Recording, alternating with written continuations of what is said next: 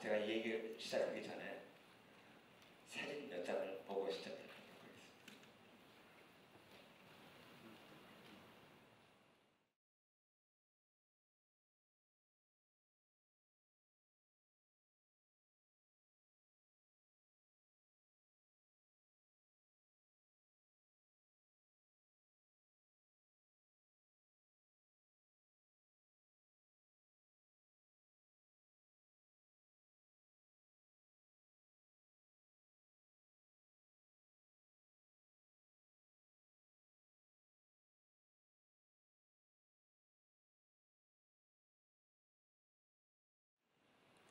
자, 어떻게 잘 보셨어요? 네. 이 사진들은 제가 이번 가을에 찍은 사진들입니다. 그래서 오늘은 사진을 취미로 찍고 있는 과학자가 생각하는 디지털 사진에 대해서 여러분들하고 이야기를 나누고자 합니다. 자, 제가 이렇게 사진을 찍었는데 이걸 찍기 위해서는 항상 카메라가 필요하게 됩니다. 여러분들 여기에 계신 분들 중에 혹시 카메라 안 가지고 계신 분 계십니까? 아, 저기 한 분 계신 것 같은데. 아, 휴대폰 없습니까? 휴대폰을 갖고 계시면 아마 디지털 카메라를 한 대씩은 다 갖고 있는 겁니다. 이만큼 디지털 카메라는 우리의 일상생활 속에 아주 밀접하게 이미 이렇게 깊숙이 들어와 있는 아주 보편적인 문화로 자리를 잡았습니다. 자, 그러면은 여러분들 디지털 카메라와 관련 있는 과학자들을 혹시 아십니까? 잠깐 그 얘기를 하도록 하겠습니다. 옛날 우리가 쓰던 필름 카메라하고 지금 쓰고 있는 디지털 카메라하고 크게 다른 점이 바로 필름이죠. 옛날 10년 전만 해도 이렇게 필름을 꼭 썼습니다.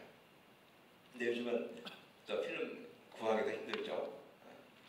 그래서 요즘은 필름 대신에 디지털 카메라 속에는 필름이 없고 CCD 또는 CMOS라고 하는 전자소자가 들어있습니다. 이 전자소자는 빛이 들어오면은 여기에서 전기적인 신호를 만들어주고 그 전기적인 신호가 디지털 신호로 바뀌어서 우리의 그 카메라 속에 있는 메모리 카드에 기록이 됩니다. 이제 필름의 역할을 하게 되는데 이 CCD라고 하는 것은 1969년에 그 미국의 벨 연구소에 조지 스미스하고 윌라드 보일이라고 하는 사람이 처음 발명을 했습니다. 그런데 이 사람들이 이러한 그 CCD를 발명을 하게 된 그 배경에 한마디로 이 이론적인 근거 그리고 과학적인 백그라운드를 제공한 사람이 또 여러 명이 있습니다. 그런데 그 중에서 특히 대표적인 사람이 조금 전에 보셨던 마릴린 먼로가 입맞춤을 한 아인슈타인입니다. 아인슈타인은 1921년에 노벨 물리학상을 받게 되는데 앞에 잠깐 소개할 때 보니까 상대성 이론 얘기가 나오는데 이 사람이 노벨상을 받은 거는 상대성 이론을 가지고 받은 건 아니고요. 광전 효과라는 걸 가지고 노벨상을 받았습니다. 광전 효과라고 하는 거는 금속이나 반도체 같은 것에 빛을 조여주면은 여기서 광전자라고 하는 전자가 튀어나오는 그런 현상을 얘기하는데 바로 CCD가 이 원리를 이용해서 만들어집니다.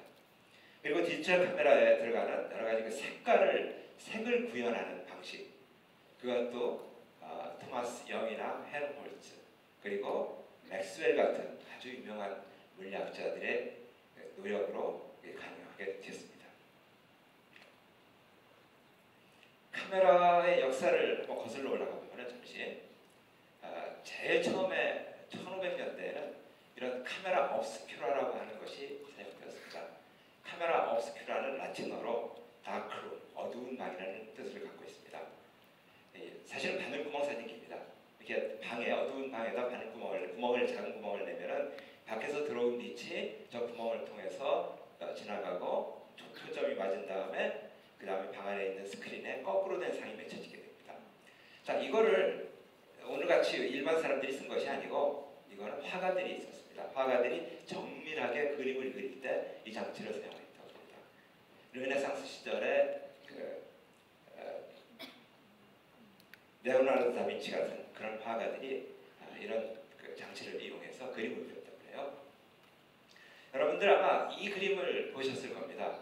네덜란드의 그 화가인 요하네스 베르메르라고 하는 화가가 그린 진주귀걸이라는 소녀입니다. 이 그림도 이런 그 카메라 obscure라는 걸 이용해서 그린 그림입니다. 저도 몇 년 전에 그 헤이그에 가서 마우리츠 하이츠 왕립미술박물관에 가서 줄을 길게 서가지고 한참을 기다려서 가서 직접 보긴 봤습니다. 그림도 별로 크지 않고요, 작은데 상당히 직접 가서 보니까 뭔가 이렇게 감흥이 좀 다르긴 하더라고요. 그런데 실제로 카메라의 역할을 하려면은 영상을 기록할 수 있어야 되죠. 근데 이건 기록을 할 수가 없었죠. 그래서 영상을 기록할 수 있게 된 카메라를 이제 뒤에 만들게 되는데 1830년에 다게리오 타입이라고 하는 게 나오는데 이거는 사실은 과학자와 예술가가 공동 작업을 통해서 만들게 됩니다. 프랑스의 과학자인 니엡스라는 사람하고 그리고 무대 감독이면서 미술가였던 다게르라고 하는 사람이 둘이서 같이 작업을 해서 이 다게리오 타입을 만듭니다. 작은 카메라 obscure에다가 뒤에 감광이 될 수 있는 감광판을 붙인 겁니다. 그렇게 해서 이제 카메라를 만들게 되고요. 최초의 칼라 사진 역시 과학자와 예술가가 공동으로 함께 일을 함으로써 만들어집니다. 이 사진이 1861년에 만들어진 최초의 칼라 사진입니다. 이 사진은 그 전자기하의 아버지라고 불리는 맥스웰이 그 영국의 사진 작가였던 셔튼이라는 사람하고 함께 일을 하게 돼서 만든 작품인데요. 이게 반무늬의 타르탄 무늬의 리본이라고 하는 제목을 갖고 있습니다. 맥스웰이 이거를 하게 된 동기는 그 전에 선배가 되는 토마스 영이나 헬름홀츠가 세계 가법 혼색이론이라는 것을 내놓았습니다. 빛의 삼원색이 빨간색, 초록색, 파란색, RGB 이렇게 세 가지 색이라는 걸 알았고요. 그리고 그것들을 빛을 섞으면 더 밝아진다는 걸 알게 됐습니다. 그래서 맥스웰도 그걸 이용해서 RGB 필터를 이용해서 세 개의 그 리본 사진을 찍습니다. 근데 사진은 그렇게 찍게 되면 흑백 사진이 됩니다. 그걸 슬라이드에다 찍은 다음에 다시 똑같은 RGB 필터를 이용해서 각각 다른 슬라이드 프로젝터로 빛을 비친 다음에 그 하나의 상으로 겹치게 만들어줍니다. 그러면 컬러가 나타나게 됩니다. 이런 방식으로 해서 처음 컬러를 만들었습니다. 컬러 사진을. 사실은 이러한 방식은 요즘 쓰고 있는 디지털 카메라에서 컬러를 구현하는 방식과 똑같습니다. 그 원리를 지금도 그대로 갖다 쓰고 있습니다. 자, 이것처럼 그 사진에서는 과학 기술에서 제공한 여러 가지 방법을 이용해서 그리고 그런 그 툴들을 이용해서 여러 가지 아이디어를 그리고 표현하는 방식을 빌려다 써서 아주 성공적인 그런 그 사진 카메라를 만들어냈습니다. 자, 그렇다면은 요즘 화두가 창조입니다. 그래서 창조를 하기 위해서는 우리가 융합을 해야 한다고 합니다. 그래서 예술과 과학이 오늘의 주제인 예술과 과학이 합치게 되면 융합을 하게 되면은 과연 예술은 아까 얘기했지만 과학을 많이 가져갔지만 과학은 예술로부터 무엇을 배울 수 있을까요? 자, 그걸 잠시 생각을 해보도록 하겠습니다. 자, 아인슈타인, 그 다음에 반토프, 하이젠베르크, 그리고 막스 플랑크, 그 다음에 파인만, 이 5명이 있습니다. 5명의 공통점이 무엇인지 혹시 아십니까? 이 사람들은 과학자입니다. 근데 보통 과학자들이 아니고 자기 분야에서 브레이크스루를 만들어내는 그런 업적을 내므로써 노벨상을 받은 과학자들입니다. 자, 그런데 이 사람들이 그것 말고도 또 공통점을 하나 더 갖고 있습니다. 혹시 뭔지 아시겠어요? 이 사람들은 과학 분야뿐만 아니라 예술 분야에서도 상당한 그 탁월한 그 수준의 그 예술가였습니다. 사실은 소질을 갖고 있고 소양을 갖고 있었습니다. 아인슈타인은 여러분이 잘 아시는 것처럼 바이올리니스트였습니다. 그리고 삼투압을 발견한 반토프는 시인이었고요. 그 다음에 불확정성 원리로 유명한 하이젠버그, 그리고 양자역학의 창시자로 볼 수 있는 막스 플랑크, 이 두 사람은 피아니스트였습니다.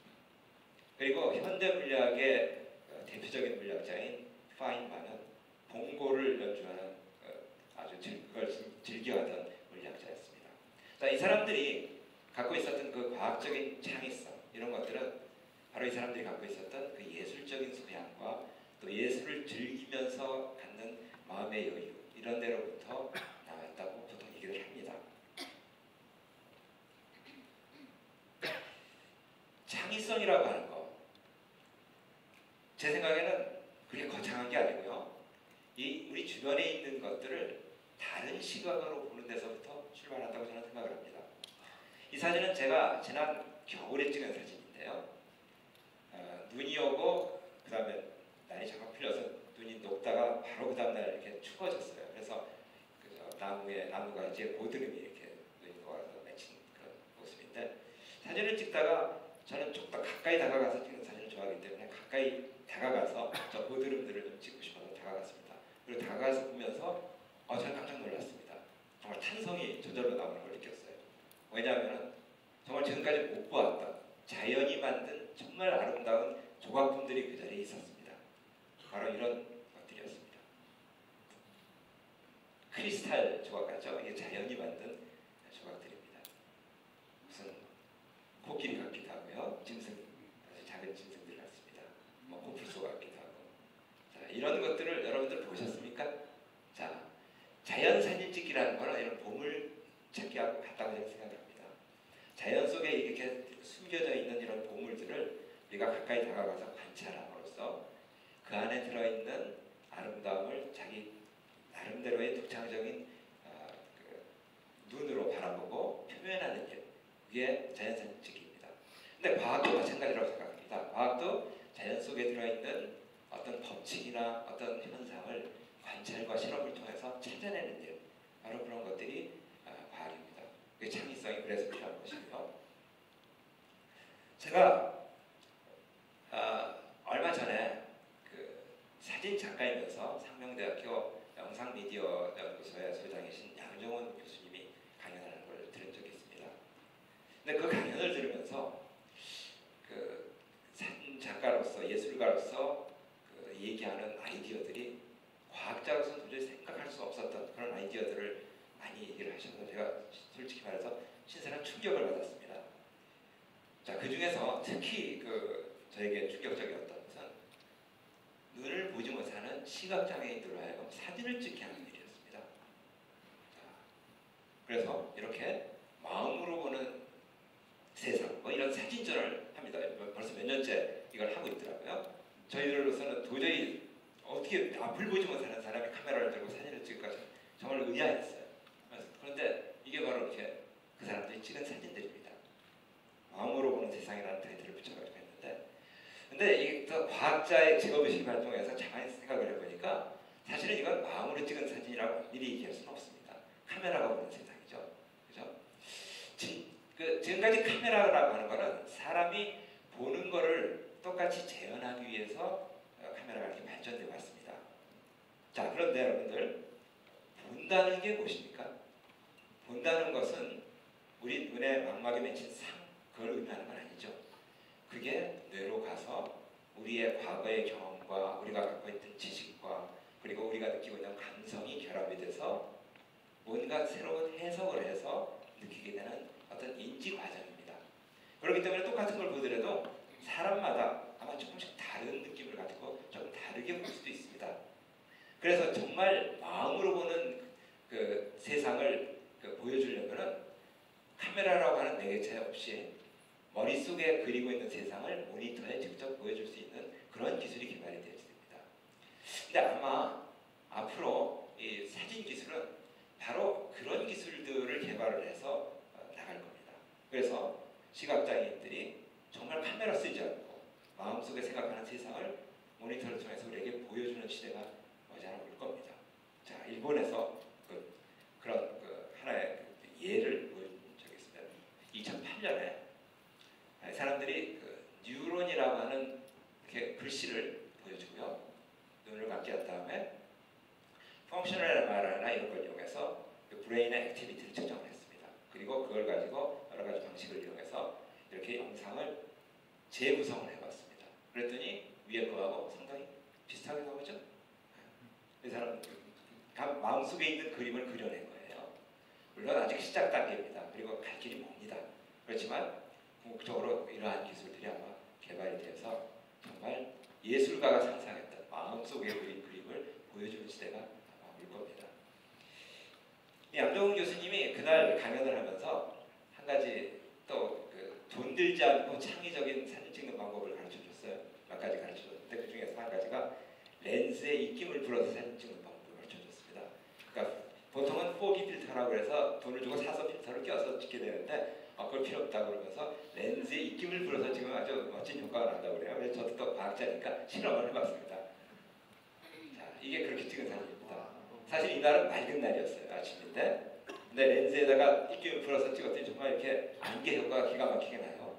그리고 이 사진은 유럽에 있는 제가 유럽 사이트에 이제 회원으로 활동하고 있는데 올렸더니 바로 채택이 돼서 퍼블리시가 됐습니다. 그런데 이 사진은 사실은 이렇게 찍는 방법은 사실은 여자친구들을 찍어줄 때 아주 효과적입니다. 그러니까 여러분들 한번 시험을 한번 해보시기 바랍니다. 입김을 살짝 불어서 찍어서 그중에 몇 장 찍어보세요. 그리고 좋은 사진을 보여주시면 아마 굉장히 좋아할 겁니다. 이 과학과 예술이라고 하는 것의 공통점은 사실 창의성입니다. 그래서